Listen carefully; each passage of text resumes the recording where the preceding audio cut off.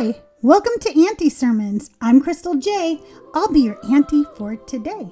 Don't worry, these are not your grandpa's sermons. Here, we de-center men and talk about the women in the Bible, all of them, named and unnamed. So get yourself something to drink, get comfortable, you might want some tissues, and let's get on with the show.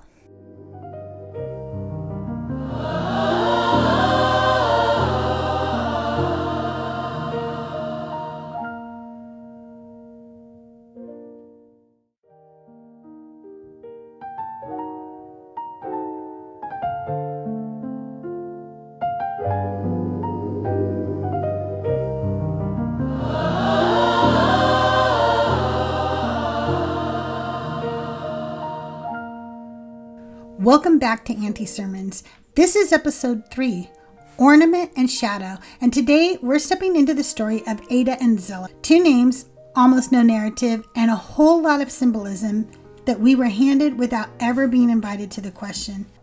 Before we begin, I want to tell you something important. From this point forward, these sermons are going to change a little bit. They're going to get longer, they're going to get more structured, and they're going to get deeper. Up until now, I've been finding my footing, but beginning with this episode, we're moving into a rhythm. From here on out, I will start by reading the biblical text. Then we'll look at the name if there is one, and what it means if a meaning was given. Then we'll explore rabbinical teachings, Christian interpretations, and any extra biblical traditions that speak into the story. And after we've laid the groundwork, we'll move into the heart of the sermon. So if this feels a little more layered than the first 2 episodes, that's intentional. Also, I've been told by my husband that when I read these, I sometimes sound like Miss Rachel. I don't think I sound like Miss Rachel. But I do think what he's trying to say is that I slip into a kind of Sunday school cadence when I read scripture. And I don't mean to do that. This is still new territory for me. Writing like this, sharing it publicly, letting you hear it before I fully figured out what my voice is supposed to sound like. So if you notice a shift in cadence or tone or delivery, it's because I'm loosening up. I'm relaxing into it. I'm letting myself find my voice in real time. That's part of this process. Now, let's step into Genesis. Let's meet Adah. Let's meet Zillah. And let's talk about ornament and shadow. This is Auntie Sermons, episode 3, and I'm your host, Crystal J.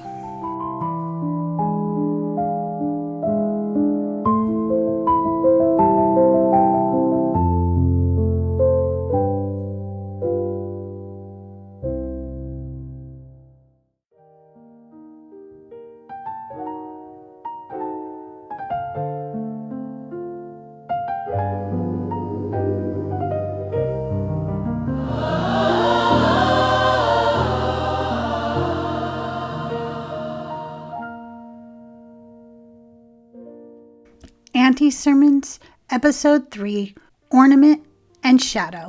Genesis 4:19. Lamech took 2 wives. The name of one was Adah, and the name of the other was Zillah. That's all we're given. 2 women enter the story with names and almost nothing else. We don't know their origin story. We know nothing about the details of their lives. We don't know their voices. But names matter in Scripture. Names are never accidental. So if the text will not tell us who these women were, then we will begin with what it did preserve, their names, and what those names were meant to make us see. Adah, ornament. Adah's name means ornament, adornment, something beautiful, something that enhances what already exists. An ornament is not the structure. It does not decide where the house is built. It does not choose its place. An ornament is added after the important decisions are made. That tells us something. Adah is introduced not as a thinker, not as a speaker, not as a chooser, but as something that adds value to a man's world. And yet, let's look at what flows through her. Through Adah come music and culture. She gives us song, art, and the very essence of creativity. She gives us the things that make life worth living. The Bible traces the origins of music through her body and then refuses to let her speak. It is treated as decoration, but she carries civilization. That contradiction should stop us cold, because the story is telling us something the text never says out loud. Women are often credited only for how they enhance men, even when they are the ones creating the world everyone else inhabits. Zillah. shadow. Zillah's name means shadow, shade, cover. A shadow exists so someone else doesn't have to feel the full heat. A shadow absorbs. A shadow protects. A shadow disappears when the light moves. Zillah is not named for beauty. She is named for endurance. Zillah comes from the Hebrew word sel, which means shadow, shade, shelter, protection from heat or danger.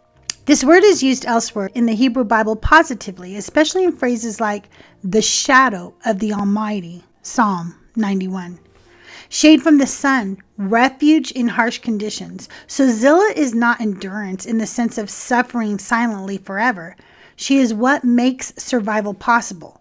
And through Zillah come tools, metal, industry, technology, the hard work of survival, the infrastructure of daily life. Weapons and tools come from her lineage, and still she remains unseen. Zillah carries the weight of progress, but her name tells us she is meant to stay in the background, not admired, not centered, just useful. How many women recognize that role? The wife who holds everything together, the co-worker who absorbs the heat when something goes wrong, the one whose labor is invisible until it's gone. Ornament and shadow together. Adah and Zillah are not rivals. The text never pits them against each other, but patriarchy does. Adornment and shadow, beauty and burden, seen and unseen. Two roles, both restrictive, two functions, neither whole. Together they show us how women are sorted, not by who they are, but by what they provide. Why these women should have been the center of the story. If we are honest readers of the text, then Adah and Zillah should have been the stars of this story, because everything that comes next depends on them. Culture flows through Adah. Survival flows through Zillah. Music and tools, art and labor, joy and endurance. Civilization itself passes through their bodies, and the text moves on as if that is unremarkable. The man gets the poem. The women are merely his captive audience. The women are silenced. That silence is not emptiness, it is erasure. And erasure teaches generations of readers what to expect, what their names did to Jewish memory. For ancient readers, names taught roles. Adah taught women to be pleasing. Zillah taught women to be useful. Neither taught women to be free. The names told daughters what was expected of them long before anyone spoke a command. Be beautiful. Be supportive. Be quiet. Be useful. Be gone when necessary. What their names can mean to us now. We don't have to let these names remain cages, because a name does not have to mean what it was used for. A name can be reclaimed. Adah means ornament. And patriarchy taught us that an ornament is something decorative, something extra, something optional. But that's a lie born of insecurity, because an ornament is not meaningless. An ornament is the thing your eye is drawn to. It is the detail that completes the whole. It is what makes something memorable. If you see a Christmas tree with no ornaments, you call it a tree. Nobody puts a Christmas tree in their house without ornaments because it would just look silly and waste space. If you see a classic Rolls Royce without its hood ornament, you would notice that right away. As a matter of fact, I've gone to many car shows in my life because I own a classic car, and those hood ornaments are highly sought after. If you look on eBay right now, they go for about $1,800. My first car was a used 68 Mustang we purchased in 1982.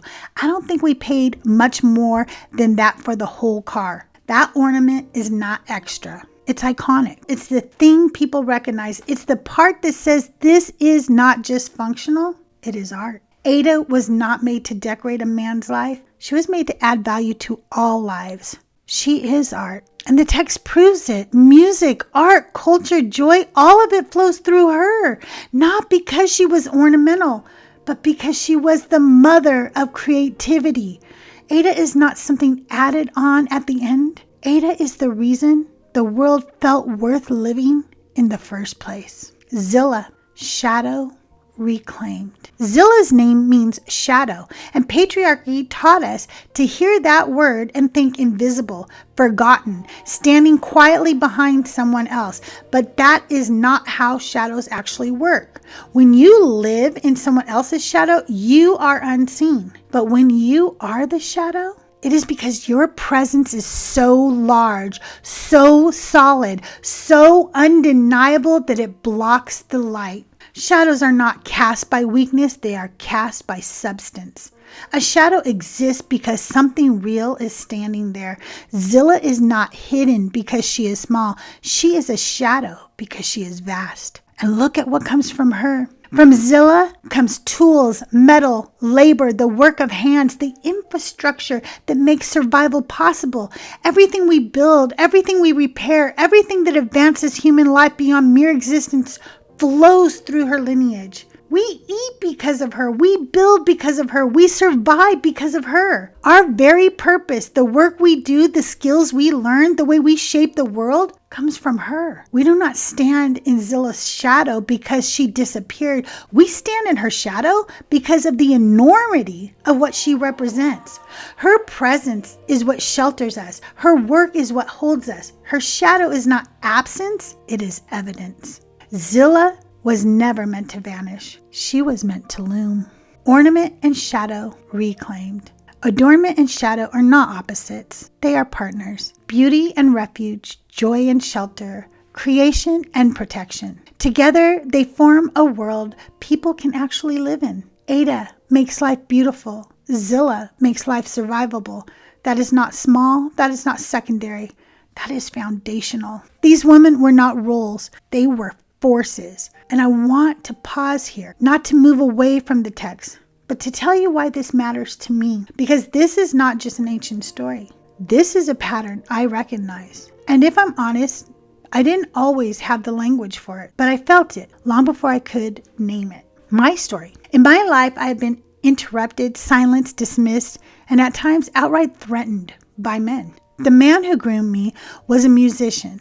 I say was because I preferred to pretend he doesn't exist. That makes things easier for me. He was never threatened by other men looking at me, not because I wasn't stunning. I was a little hottie when I was younger. I may not have been a supermodel or anything, but I was cute. And that never bothered him. He liked it. I was arm candy. What really got to him, however, was that when we walked into a room, the attention followed me. Not because I was beautiful, but because I had presence. The kind of presence you can't manufacture. The kind you either have or you don't. I had Zillah's shadow, and he stood in it, and he hated that. I supported his work, and I don't think I need to convince any of you this. You know me. If I love you, I show up, I promote you, I praise you. I'm your biggest fan. But he never did that for me. Instead, he was afraid that I would become famous before he did. And here's the irony. I wasn't even chasing fame. That's how fragile his ego was. And we've all seen a man with a fragile ego. I wasn't a musician. I wasn't an actress. I wasn't a model. I wasn't doing anything designed to make someone famous. He was. One day, he gave me a pin, one of those old buttons from the 60s or 70s. It said, "Almost Famous." It was his. He bought it for himself, but he gave it to me. And I don't think it was kindness. I don't think it was affection. I think it was a warning, a reminder, a way to make sure I always knew I wasn't famous. So every time I looked at it, I would remember my place. But let me reassure you of something. He's not famous either, and I never wanted to be. What scared him wasn't my ambition, it was my presence. Bringing Lamech back, the captive audience. And now we bring back Lamech. For most of history, this story has been told as Lamech's story. A violent man, a loud man, a man who bragged, a man who took up space, a man who demanded an audience. And people kept looking at him as if he were the point, but he never was. He was just the noise. The real story was happening beside him the entire time. Two women, two bodies, two lives through whom the future was born. Adah and Zillah didn't just support civilization, they created it. Music, tools, labor, craft, the things that moved humanity forward came through them. And yet a man who killed and boasted became the headline, while the women who changed the world became footnotes. That pattern didn't end in Genesis. We know women whose discoveries were credited to men, women whose ideas were published under male names, women whose labor built industries while men collected praise, like Rosalind Franklin, whose X-ray images revealed the structure of DNA while Watson and Crick took her data, published first, and walked away with the Nobel.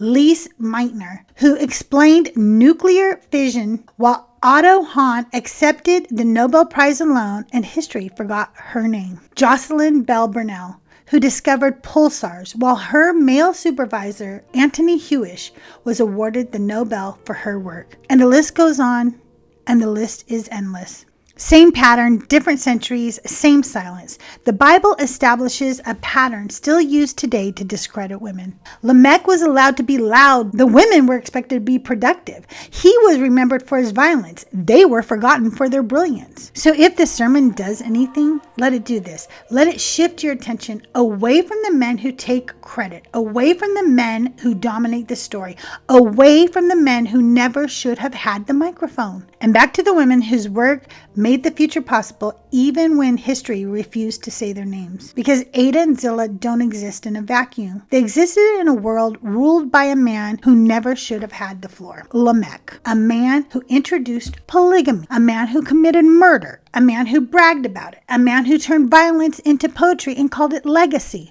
And the text says Lamech said to his wives, which means they had to listen. They were a captive audience to a man who would not shut up about himself, a man who mistook power for importance, a man who believed his voice mattered more than their lives. He didn't sing about them. He didn't thank them. He didn't honor what flowed through their bodies in labor. He rammed his story down their throats, his violence, his ego, his self-importance. And the Bible records their silence not because they had nothing to say, but because patriarchy never gave them permission to answer. And every woman listening to this knows exactly what that feels like. We know what it is to sit still while a man drones on, to nod, to endure, to be told to listen because he's the authority, because he's called, because he's chosen, because he's behind the pulpit, because he has the microphone, because he has the power. Women have been forced to listen to men ramble on about nonsense for centuries, in churches, in homes, in workplaces, and in marriages. And just like Adah and Zillah, we are told our silence is respect, our endurance is virtue, our listening is obedience. But forced listening is not holy. It is control. And the cruelty of this story is not just that Lamech spoke, it's that women who were wiser, stronger, more creative, and more life-giving than he was, were required to sit quietly and absorb him. That is patriarchy in its purest form, not simply that men speak, but that women are pushed out of the spotlight so men never have to share it, and women are forced to listen. And if that is how the power dynamic was built, then the way we dismantle it is not complicated, it is intentional. We change it by choosing who we center, by choosing who we name, by choosing who we make visible. We stop treating women as footnotes. We start treating them as the story. We reclaim the names that were buried. We tell the truth about who built the world. We say the names out loud again and again until they are no longer forgotten. Not almost famous. Not standing beside someone else's legacy, but known. Recognized, credited. If men have been allowed to dominate history by taking the spotlight, then the correction is this: we put women there on purpose. We amplify their work. We repeat their names. We give them credit in public. We let them overshadow the men who were never meant to be the focus in the first place. Because the future does not change when we keep staring at the same loud men. The future changes when women reclaim their names. When adornment becomes admiration, when women are no longer treated as decoration, but as a thing you cannot ignore, the star at the top of the tree that casts the shadow, the focal point, the presence that defines the whole.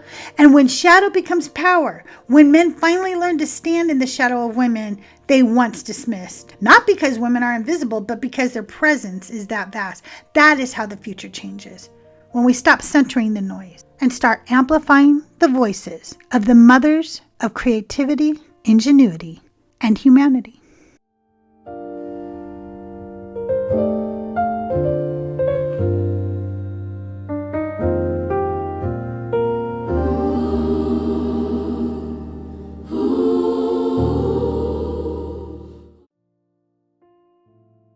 Thank you so much for listening to Auntie Sermons. If this episode resonated with you, make sure you like, comment, subscribe, and share it with a friend or two. If you'd like to financially support the podcast, you can find those links in the show notes.